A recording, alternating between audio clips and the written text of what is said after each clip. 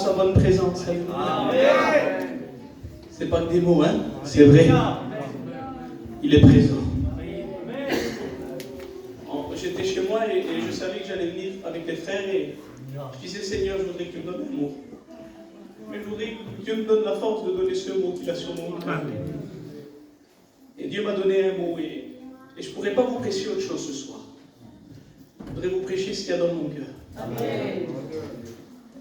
Je voudrais vous lire un verset et après la lecture du verset, je voudrais que Abraham puisse prier pour nous. Amen. Ça se trouve dans 1 Timothée, au chapitre 6. On peut le prendre du verset 13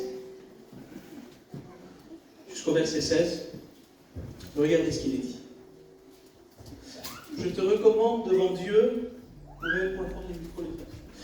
je vous recommande devant Dieu qui donne la vie à toutes choses et devant Jésus-Christ qui fit une belle confession devant Ponce Pilate de garder le commandement et de vivre sans tache et sans reproche jusqu'à l'apparition de notre Seigneur Jésus-Christ, que manifestera en son temps le bienheureux et seul souverain, le roi des rois, le Seigneur des seigneurs, qui seul, alléluia, possède l'immortalité, qui habite une lumière inaccessible, que nul homme n'a vu ni ne peut voir, à qui appartiennent l'honneur et la puissance éternelle. Amen. Gloire à Dieu. Seigneur, notre Dieu, merci pour l'onction qu'il y a ce soir. Cette paix, cette tranquillité que nous ressentons, cette joie qui la communique, Seigneur. Nous prions avec les frères et les sœurs pour Tyson, Seigneur. Donnez-y les mots à propos, le discernement, donnez-y toute autorité, Seigneur.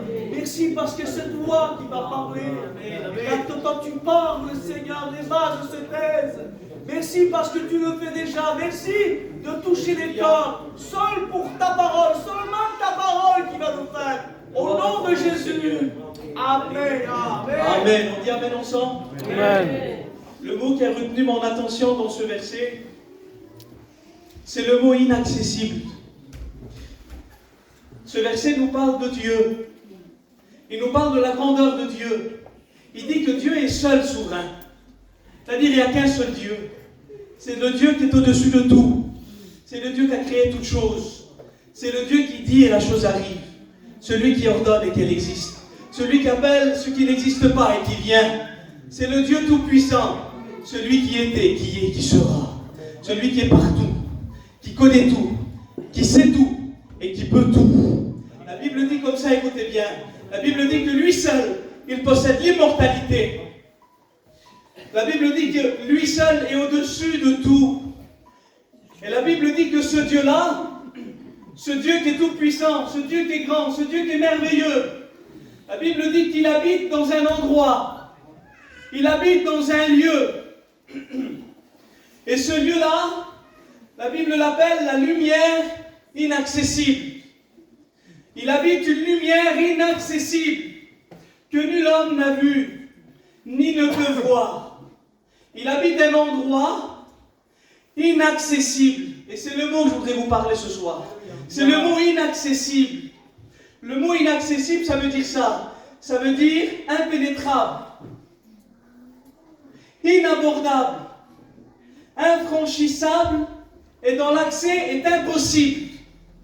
Il habite un endroit tellement haut, tellement glorieux, tellement puissant, qui dépasse l'imagination de l'homme. Et cet endroit est humainement impossible d'accès. Personne ne peut accéder, c'est infranchissable, c'est impénétrable, c'est inabordable, c'est un accès impossible. Et dans le monde, il y a des endroits qui sont inaccessibles.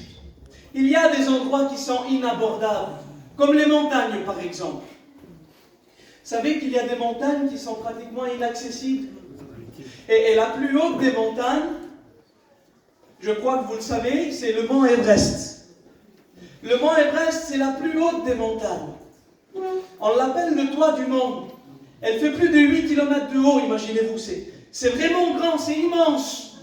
Et des centaines de personnes ont entrepris un jour de pouvoir gravir le mont Everest, cet endroit, cette montagne qui est inaccessible d'accès.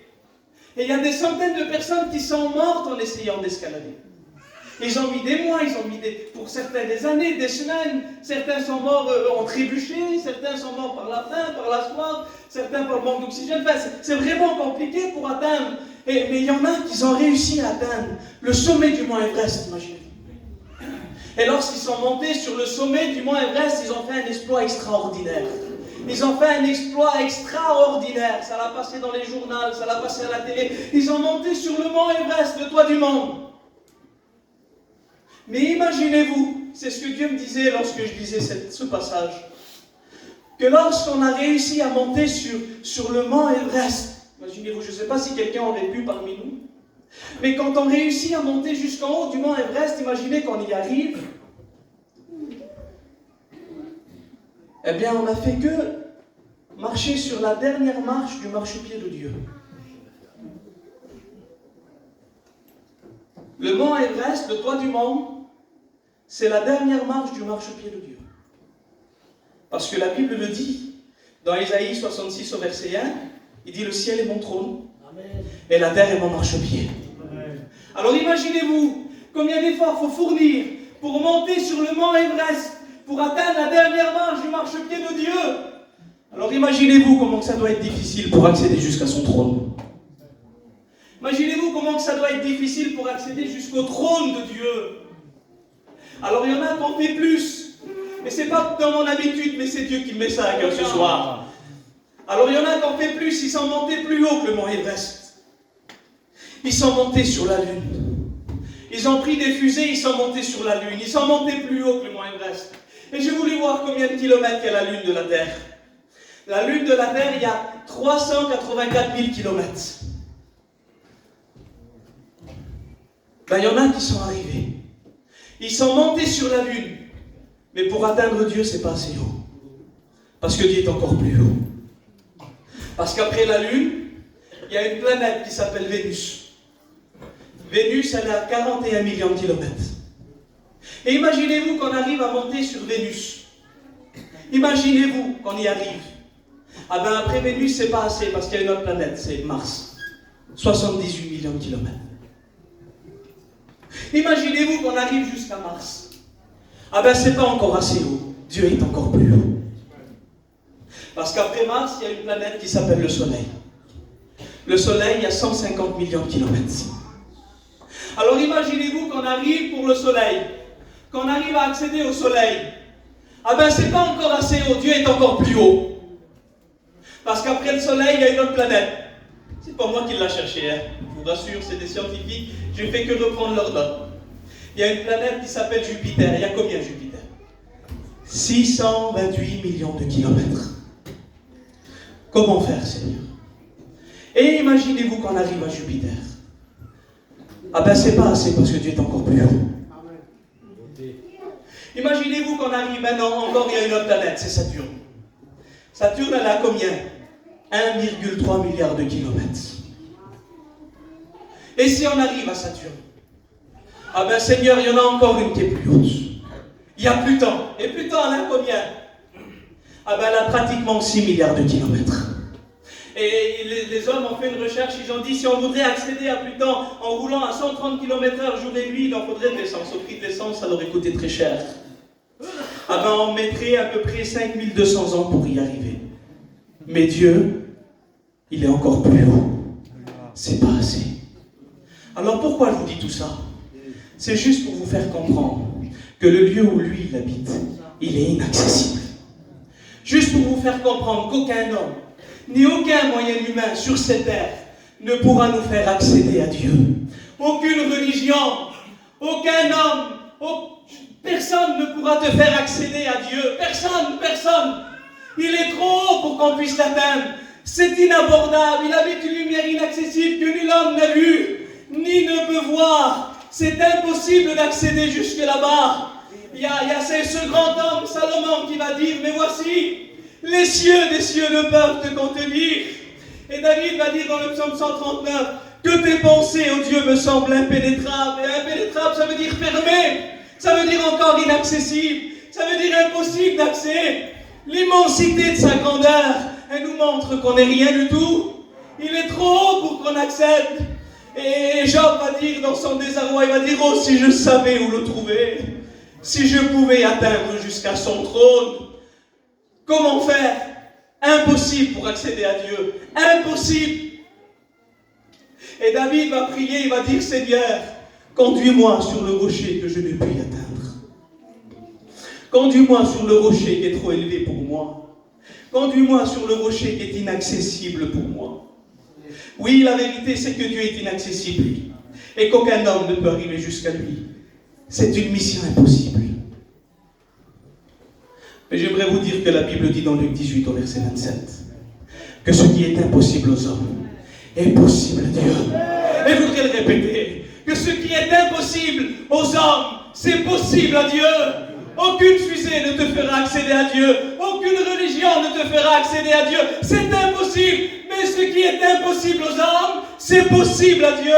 Oui, la grande vérité, c'est que l'humanité ne peut pas atteindre Dieu parce qu'elle est limitée. Mais la vérité de ce soir, que je voudrais vous parler, le mot qu'il y a sur mon cœur, c'est que Dieu, lui, il n'est pas limité, il est illimité. Et Dieu, lui, il peut tout. Alors si toi, tu ne peux pas l'atteindre, lui, il fera quelque chose pour que lui puisse t'atteindre. Là où l'homme ne peut pas atteindre Dieu, Dieu rend l'accès accessible. Aucun homme n'a pu accéder avec tous les moyens humains. 5200 ans pour arriver jusqu'à là-bas. Qui pourrait y arriver? On est limité, on n'y arrive pas. Mais lui, tellement qu'il nous a aimés, un jour il nous a vus, mes frères et sœurs. Il t'a vu dans ta tristesse, il a vu que tu ne pouvais pas l'atteindre. Il a vu que la paix, tu ne pouvais pas l'atteindre. Il a vu que le bonheur, tu ne pouvais pas l'atteindre. Il a vu que la joie, tu ne pouvais pas l'atteindre. Il a vu que le salut, tu ne pouvais pas l'atteindre. Alors il dit, si c'est inaccessible pour eux, je vais me rendre accessible pour eux. Et la Bible dit, car Dieu a tant aimé le monde, qu'il a donné son Fils unique, afin que quiconque croit en lui, gitan, espagnol, catalan, rome, chinti, chinois, de toutes les couleurs que vous voulez, afin que quiconque croit en lui, ça veut dire drogué, ça veut dire divorcé, ça veut dire angoissé, ça veut dire dépressif, quiconque croit en lui ne périsse pas, mais qu'il ait la vie éternelle. Mais comment Dieu va se rendre accessible à l'homme? Comment Dieu va se faire accessible? Parce qu'il y a trop haut. Les fusées n'y arrivent pas. Personne ne peut accéder. Alors un jour, la réponse a été donnée à un homme. Est-ce que vous voulez le savoir? Est-ce que vous êtes avec moi, Église de Dieu? Gloire à Dieu. La réponse a été donnée à un homme. Ça se trouve dans Genèse 28 au verset 10 jusqu'au verset 13. Écoutez bien ce qu'il dit. Jacob partit de Beersheba et s'en alla à Charan. Il arriva dans un lieu où il passa la nuit, car le soleil était couché. Il prit une pierre dont il fit son chevet, et il se coucha dans ce lieu-là. Et la Bible dit qu'il eut un songe. Et dans ce songe, vous savez ce qu'il a vu, et je rends gloire à Dieu. Et voici, dit la Bible, il a vu une échelle. Une échelle. Toi la gloire, Seigneur. Quelle grandeur. Une échelle qui était appuyée sur la terre, mais son sommet touchait le ciel. Et la Bible dit que lorsqu'il va voir cette échelle, il ne comprend pas. La Bible dit qu'il voit des anges de Dieu monter et descendre par cette échelle. Mais j'aimerais vous dire quelque chose, il ne comprend pas ce qu'il est en train de voir. Mais cette échelle-là, elle a une grande signification, mes frères et sœurs, parce que cette échelle, elle rend accessible ce que jusqu'à aujourd'hui était inaccessible. Cette échelle, elle rend possible ce que jusqu'à aujourd'hui n'était pas possible. Elle rend possible aux hommes l'accès à Dieu. Elle rend possible aux pécheurs l'accès à Dieu. C'est une échelle qui touche la terre et qui monte jusqu'au ciel. Alors Jacob ne comprend pas vraiment ce qu'il voit. Jusqu'à ce qu'un jour, un jeune homme de 33 ans va parler dans Jean 1 au chapitre 1, verset 51, il va voir Nathanaël, il va dire, Nathanaël, parce que je t'ai dit que je t'ai vu sous le figuier, tu as cru? Mais tu verras des choses plus grandes que ça. Est-ce que vous croyez qu'on va voir plus grand que ce qu'on a vu? Est-ce que tu crois que tu vas vivre des expériences plus glorieuses que ce que tu as vu? Est-ce que tu crois que Dieu peut te faire passer à un niveau jusqu'à aujourd'hui que tu n'étais pas? Oui, on va voir des choses plus grandes avec Dieu. Et la Bible dit ces mots, écoutez bien. Il va dire, parce que je t'ai dit que tu as vu sous le figuier, t'as cru. Il dit, vous verrez des choses plus grandes. Parce que désormais, vous verrez les anges de Dieu descendre du ciel. Parce que le ciel sera ouvert. Vous verrez des anges de Dieu descendre et monter au-dessus du Fils de l'homme.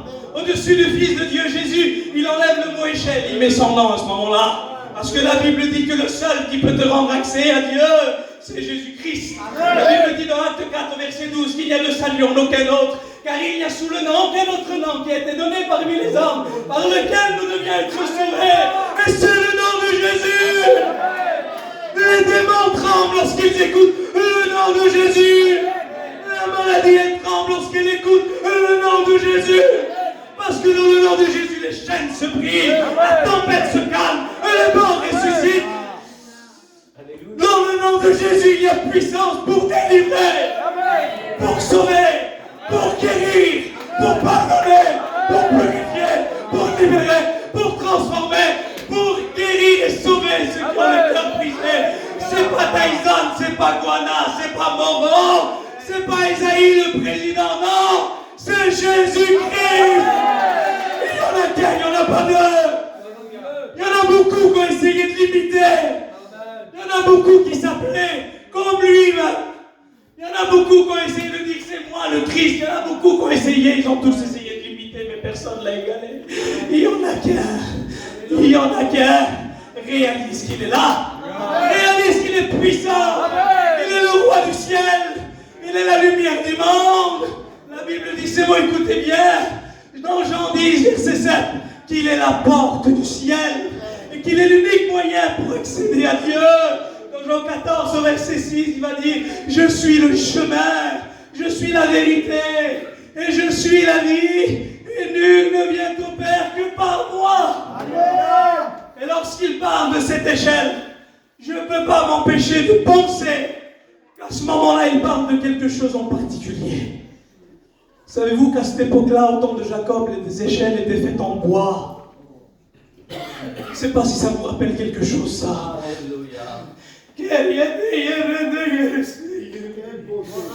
Jésus est en train de dire désormais l'échelle que Jacob a vue, qui touchait le ciel, qui touchait la terre et qui montait jusqu'au ciel. Cette échelle, c'est moi qui va la porter.